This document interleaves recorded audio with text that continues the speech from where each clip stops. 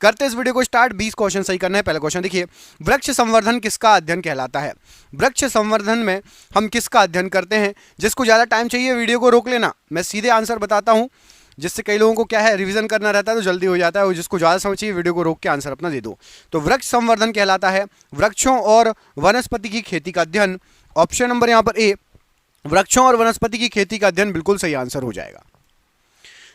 Agro forestry क्या कहलाती है? एग्रो फॉरेस्ट्री, ये वर्ड आपने सुना होगा, एग्जाम में कई बार पूछा गया है। तो एग्रो फॉरेस्ट्री कहलाती है कृषि के साथ साथ उसी भूमि पर यदि आप 12मासी वृक्ष लगाओ, कृषि भी करो, खेती भी करो, और वहीं पे एक आध आपका खेत पड़ा हो तो उसमें 12मासी वृक्ष लगा के यदि आप वृक्ष लगाते हैं तो एग्रो मतलब एग्रीकल्चर भी और फॉरेस्ट, एग्रो फॉरेस्ट्री कहलाती है। ऑप्शन नंबर सी।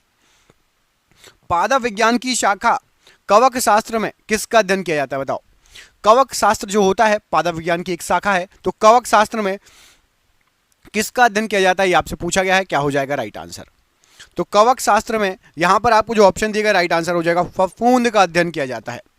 फफूंद, ऑप्शन नंबर ए का अध्ययन किया जाता है कवक शास्त्र में। यहां पर इस प्रश्न के लिए बिल्कुल सही आंसर हो जाएगा। वार्षिक वलयों का अध्ययन क्या कहलाता है?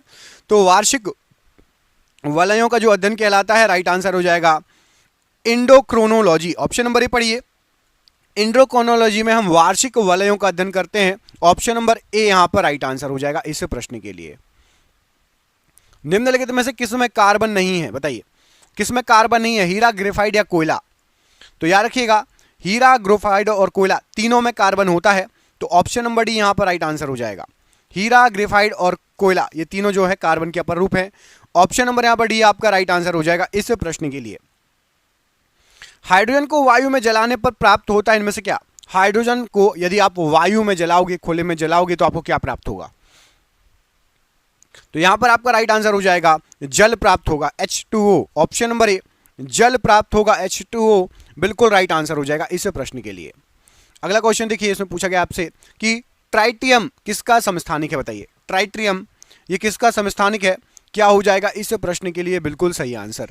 तो ट्राइटियम जो आपका है, यहां पर आपको जो ऑप्शन दिए गए हैं राइट आंसर हो जाएगा, ये समस्थानिक है हाइड्रोजन का। ऑप्शन नंबर बी, हाइड्रोजन का समस्थानिक है tritium, right answer option number B. पीतल किसकी मौजूदगी में निरंतर रहने से वायु के संपर्क में आने से रंगहीन हो जाएगा? तो पीतल जो है यदि वायु में हाइड्रोजन सल्फाइड की मौजूदगी में निरंतर रहे तो उसका रंग जो है रंगहीन हो जाएगा, रंगहीन हो जाएगा। ऑप्शन नंबर बी यहां पर राइट आंसर है। पोटेशियम की खोज किसके द्वारा इनमें से की गई? यहां पर आपको जो ऑप्शन दिएगा उसमें से आपको बताना है कि पोटेशियम की खोज किसके द्वारा की गई। तो पोटेशियम की खोज जो की थी वो की थी आपकी हम्फ्री डेवी ने। ऑप्शन नंबर ए पढ़िए, हम्फ्री डेवी, इन्होंने पोटेशियम की खोज की थी। ऑप्शन नंबर ए यहां पर प्रश्न के लिए बिल्कुल सही आंसर हो जाएगा। अगला क्वेश्चन है कि वह उपकरण जो विद्युत धारा के ताप प्रभाव सिद्धांत पर कार्य करता है, विद्युत धारा के ताप प्रभाव सिद्धांत पर कौन सा उपकरण कार्य करता है? तो यहां पर आपका राइट आंसर हो जाएगा electric fuse. Option number C, ये विद्युत धारा के ताप प्रभाव सिद्धांत पर कार्य करता है इलेक्ट्रिक फ्यूज। ऑप्शन नंबर यहां पर सी राइट आंसर है। अगला क्वेश्चन देखिए, अगले क्वेश्चन में आपसे पूछा गया है मानव शरीर में सबसे बड़ी पेशी इनमें से कौन सी है? बताइए मानव शरीर की सबसे बड़ी पेशी कौन सी है? क्या हो जाएगा राइट आंसर? तो मानव शरीर की सबसे बड़ी पेशी आपकी gluteus maximus. Option number C पढ़िए, ग्लूटस मैक्सिमस मानव शरीर की सबसे बड़ी पेशी है। Option number C gluteus maximus बिल्कुल राइट आंसर हो जाएगा इस प्रश्न के लिए। 1 मीटर में कितने मिलीमीटर होते हैं? बिल्कुल इजी क्वेश्चन। एक काम करो, इस प्रश्न का आंसर आप कमेंट बॉक्स में कमेंट करके बताओगे कि 1 मीटर में कितने मिलीमीटर होते हैं। मैं आपको ऑप्शंस दे देता हूं, ठीक है? तो आपके ऑप्शंस हैं 100 या 1000। कमेंट करके बताओ सी या डी में से एक आंसर सही है। 1 मीटर में कितने मिलीमीटर होते हैं? इसका आंसर आप कमेंट बॉक्स में कमेंट करके बताएंगे 100 या फिर 1000, ठीक है? अगला क्वेश्चन देखिए, अगले प्रश्न में पूछा गया आपसे कि निम्न में से किस केमिस्ट को आधुनिक परमाणु सिद्धांत का प्रणेता कहा जाता है? आधुनिक परमाणु सिद्धांत का प्रणेता। तो यहां पर आपको जो ऑप्शन दिए गए हैं राइट आंसर हो जाएगा sir John Dalton. Option number A, इनको आधुनिक परमाणु सिद्धांत का प्रणेता कहा जाता है। Option number C John Dalton यहां पर राइट आंसर हो जाएगा इस प्रश्न के लिए। निम्न में से किसका प्रयोग चिकित्सक रोगियों की जांच में करते हैं, बताइए। रोगियों की जांच करने में इनमें से किसका यूज होता है, किसका प्रयोग होता है? तो रोगियों की जांच करने के लिए स्टेथोस्कोप का प्रयोग होता है। ऑप्शन नंबर भी पढ़िए, स्टेथोस्कोप। ऑप्शन नंबर बी यहां पर बिल्कुल राइट आंसर हो जाएगा इस प्रश्न के लिए। अगले प्रश्न में आपसे पूछा गया कि एक मानव शरीर में सबसे बड़ी धमनी कौन सी होती है, बताइए। मानव शरीर में सबसे बड़ी धमनी कौन सी होती है? तो हमारे मानव शरीर में सबसे बड़ी धमनी होती है महाधमनी। नाम से ही समझ में आ रहा होगा आपको, सबसे बड़ी धमनी होती है महाधमनी। ऑप्शन नंबर बी महाधमनी यहां पर प्रश्न के लिए बिल्कुल सही आंसर हो जाएगा। इनमें से क्या कार्य की इकाई है, बताइए। कार्य की इकाई इनमें से क्या है? तो कार्य की जो इकाई है वो है आपकी जूल। ऑप्शन नंबर ए, जूल जो है ये कार्य की इकाई है। ऑप्शन नंबर ए यहां पर राइट आंसर हो जाएगा, जूल एक कार्य की इकाई है। इनमें से कौन से दो रंगों को मिलाकर हरा रंग बन जाएगा, बताइए। कौन से दो रंगों को मिलाकर हरा रंग बन जाएगा? तो यहां पर आपको जो रंग दिए हैं नारंगी और बैगनी को यदि आप मिलाओगे, ऑप्शन नंबर डी पढ़िए, नारंगी और बैगनी को मिलाकर आपका हरा रंग तैयार हो जाएगा, बन जाएगा। निम्न में से कौन सा उत्तेजक चाय में विद्यमान रहता है, बताइए। चाय के अंदर विद्यमान रहता है कौन सा उत्तेजक? यहां पर आपको जो ऑप्शन दिए गए क्या हो जाएगा राइट आंसर? तो चाय में आपका यहां पर जो ऑप्शन दिए गए राइट आंसर हो जाएगा कैफीन। ऑप्शन नंबर ए, कैफीन जो है ये चाय में विद्यमान रहता है। ऑप्शन नंबर ए यहां पर बिल्कुल सही आंसर हो जाएगा। जल की बूंद किस कारण से गोलाकार होती है? जल की बूंद किस कारण से गोलाकार होती है? तो यहां पर राइट आंसर हो जाएगा जल की बूंद। यहां पर आपको जो ऑप्शन दिए गए हैं सभी गलत है। पृष्ठ तनाव के द्वारा, इनमें से कोई नहीं सा आंसर सही हो जाएगा। सरफेस टेंशन इंग्लिश में और हिंदी में बोलते हैं, आप सभी ने सुना होगा पृष्ठ तनाव। पृष्ठ तनाव के कारण जल की बूंद गोलाकार होती है। तो यहां पर आपको जो ऑप्शन दिए गए हैं सभी गलत हैं, याद रखना। सरफेस टेंशन या पृष्ठ तनाव के कारण जल की बूंद गोलाकार होती है, राइट आंसर हो जाएगा। हैजा व टीबी के जीवाणुओं की खोज किसके द्वारा की गई थी? तो हैजा और टीबी के जो जीवाणु हैं उनकी खोज की गई थी रॉबर्ट कोच के द्वारा। ऑप्शन नंबर डी पढ़िए, रॉबर्ट कोच बिल्कुल सही आंसर हो जाएगा इस प्रश्न के लिए। निम्न में से किसने रेफ्रिजरेटर का आविष्कार किया था? रेफ्रिजरेटर का आविष्कार किसने किया था? तो राइट आंसर हो जाएगा जे पार्किंसन ने रेफ्रिजरेटर का आविष्कार किया था। ऑप्शन नंबर सी, जे पार्किंसन राइट आंसर हो जाएगा रेफ्रिजरेटर के आविष्कार के लिए। पीलिया रोग से शरीर का कौन सा अंग प्रभावित होता है? पीलिया रोग से, तो पीलिया जो रोग होता है उससे शरीर का यकृत प्रभावित होता है। ऑप्शन नंबर डी, यकृत प्रभावित होता है पीलिया रोग से, राइट आंसर हो जाएगा यकृत, ऑप्शन नंबर डी। अगला प्रश्न है कि निम्न में से किसके कारण कृत्रिम वर्षा होती है? तो कृत्रिम वर्षा जो होती है वो आपकी सिल्वर आयोडाइड के कारण होती है। ऑप्शन नंबर ए, सिल्वर आयोडाइड के कारण कृत्रिम वर्षा होगी। ऑप्शन नंबर ए यहां पर राइट आंसर हो जाएगा सिल्वर आयोडाइड, प्रश्न के लिए बिल्कुल सही आंसर हो जाएगा। इनमें से किस रोग में सॉल्ट टीका लगाया जाता है? साल्क टीका, माफ कीजिएगा, साल्क टीका किस रोग में लगाया जाता है? तो साल्क टीका जो लगाया जाता है ये पोलियो का जब रोग हो जाता है उसमें लगाया जाता है। ऑप्शन नंबर बी पढ़िए, पोलियो का जो रोग होता है उसमें आपका साल्क टीका लगाया जाता है, याद रखना। ऑप्शन नंबर बी यहां पर राइट आंसर हो जाएगा। अगला क्वेश्चन है कि ताप बढ़ने पर ध्वनि की चाल पर क्या प्रभाव पड़ता है, बताइए। ताप बढ़ने पर ध्वनि की चाल पर क्या प्रभाव पड़ता है, क्या हो जाएगा राइट आंसर? तो तापमान बढ़ने पर ध्वनि की चाल बढ़ जाएगी। ऑप्शन नंबर बी, तापमान बढ़ने पर ध्वनि की चाल बढ़ जाएगी। एनीमिया का रोग किस विटामिन से ठीक हो जाता है? तो एनीमिया का जो रोग होता है विटामिन B12 से ठीक हो जाता है। ऑप्शन नंबर ए पढ़िए, विटामिन B12, इससे एनीमिया रोग ठीक हो जाता है। अंतरिक्ष में जाने वाला पहला व्यक्ति कौन था? तो अंतरिक्ष में जाने वाले सबसे पहले व्यक्ति थे आपके Yuri Gagarin. Option number C पढ़िए, यूरी गागरिन, राइट आंसर हो जाएगा अंतरिक्ष में जाने वाले सबसे पहले व्यक्ति। निम्न में से कौन सा अम्ल सिरका व अचार में पाया जाता है?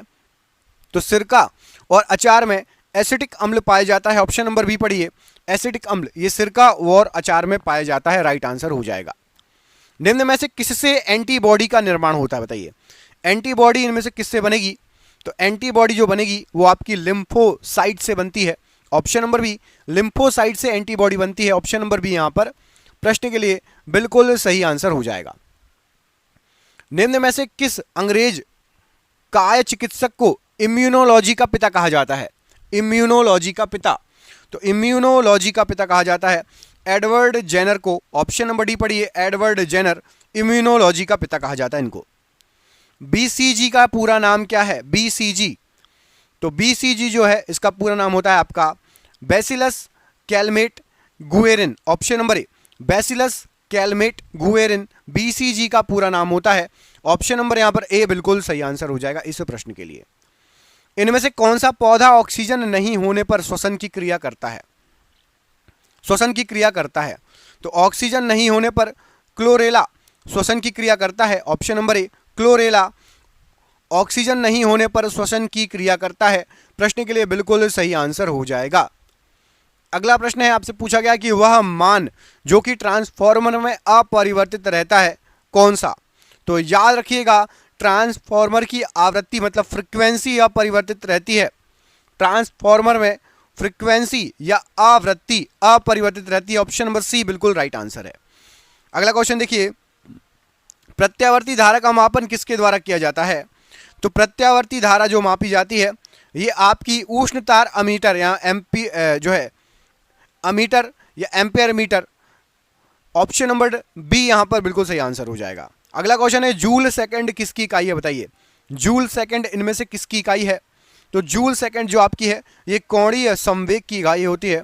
ऑप्शन नंबर डी कोणीय संवेग की इकाई होती है जूल सेकंड। प्रश्न के लिए बिल्कुल सही आंसर हो जाएगा। अगला क्वेश्चन है कि रेडियो अभिक्रिया की खोज किसने की थी?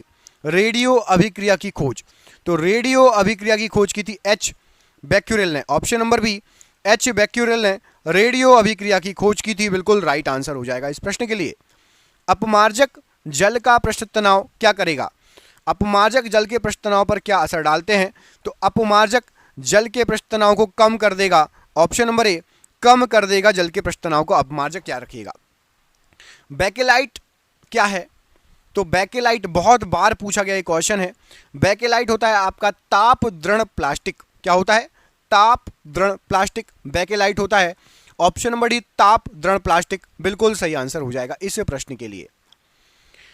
प्रोटॉन बताइए क्या है? प्रोटॉन क्या है? तो प्रोटॉन जो आपका है यह है आयनीकृत हाइड्रोजन अणु। ऑप्शन नंबर बी पढ़िए, आयनीकृत हाइड्रोजन अणु है प्रोटॉन। ऑप्शन नंबर बी यहां पर राइट आंसर हो जाएगा प्रोटॉन के लिए। धारा का एसआई मात्रक क्या है? बताइए। धारा, धारा मतलब करंट, तो करंट का जो एसआई मात्रक होता है वो होता है आपका एम्पियर। ऑप्शन नंबर ए पढ़िए, करंट का एसआई मात्रक होता है एम्पियर। ऑप्शन नंबर ए यहां पर राइट आंसर हो जाएगा।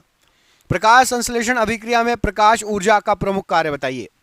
तो प्रकाश संश्लेषण की जो अभिक्रिया होती है उसमें प्रकाश ऊर्जा का प्रमुख कार्य होता है जल के अणु को तोड़ना। जल के अणु को तोड़ना, याद रखिएगा, प्रकाश ऊर्जा का मुख्य कार्य होता है जल के अणु को तोड़ना। वक्र की निस्पंदन इकाई क्या कहलाती है?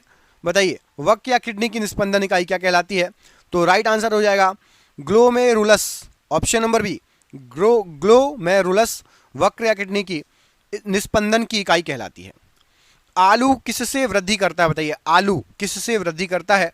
तो आलू आपका तनाव युक्त कांड की काट से विकसित करेगा। तनाव युक्त कांड की काट से आलू जो है विकसित होता है। आलू क्या है बताइए? जड़ है, तना है, क्या है आलू? कमेंट बॉक्स में आपको कमेंट करके बताना है, तना है, जड़ है, ठीक है। अगला क्वेश्चन देखिए, मेंडल ने मटर के पादपों में कितने प्रकार के विषम लक्षणों को निर्धारित किया था?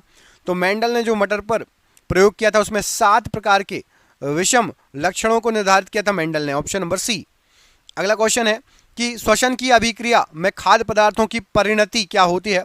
तो श्वसन की अभिक्रिया में खाद्य पदार्थों की परिणति विघटन होती है। ऑप्शन नंबर ए विघटन बिल्कुल सही आंसर है। छाया में पनपने वाले पौधों को क्या कहा जाता है? तो छाया में पनपने वाले पौधों को सियोकाइट्स कहा जाता है। ऑप्शन नंबर बी सियोकाइट्स राइट आंसर है। मनुष्य में मुख्य श्वसन अंग क्या है? तो मनुष्य के अंदर मुख्य श्वसन जो अंग है वो है आपका फेफड़ा। ऑप्शन नंबर सी फेफड़ा। उच्च रक्तचाप की अवस्था को क्या कहा जाता है? तो उच्च रक्तचाप की अवस्था को हाई बीपी मतलब हाइपर टेंशन कहा जाता है। Option number B hypertension. Amoeba में भोजन का अंतर्ग्रहण किसके द्वारा होता है? तो अमीबा में भोजन का अंतर्ग्रहण कूटपाद के द्वारा होता है। ऑप्शन नंबर ए। और आज का आखिरी क्वेश्चन है कि पृथक्करण का नियम किसके द्वारा दिया गया? पृथक्करण का नियम किसके द्वारा दिया गया? ये आज का आखिरी क्वेश्चन है, तो इसका आंसर मैं आपको बता देता हूं। अगला क्वेश्चन आपके लिए सरप्राइज क्वेश्चन रहेगा। तो पृथक्करण का जो नियम दिया गया ये दिया गया आपका मेंडल के द्वारा। Option number C. और आपके लिए लास्ट सरप्राइज क्वेश्चन, इसका आंसर कमेंट बॉक्स में कमेंट करके बताना है कि जीव विज्ञान शब्द का प्रयोग सबसे पहले किसके द्वारा किया गया? जीव विज्ञान का शब्द का प्रयोग सबसे पहले किसने किया? मैं आपको 2 ऑप्शन दे रहा हूं।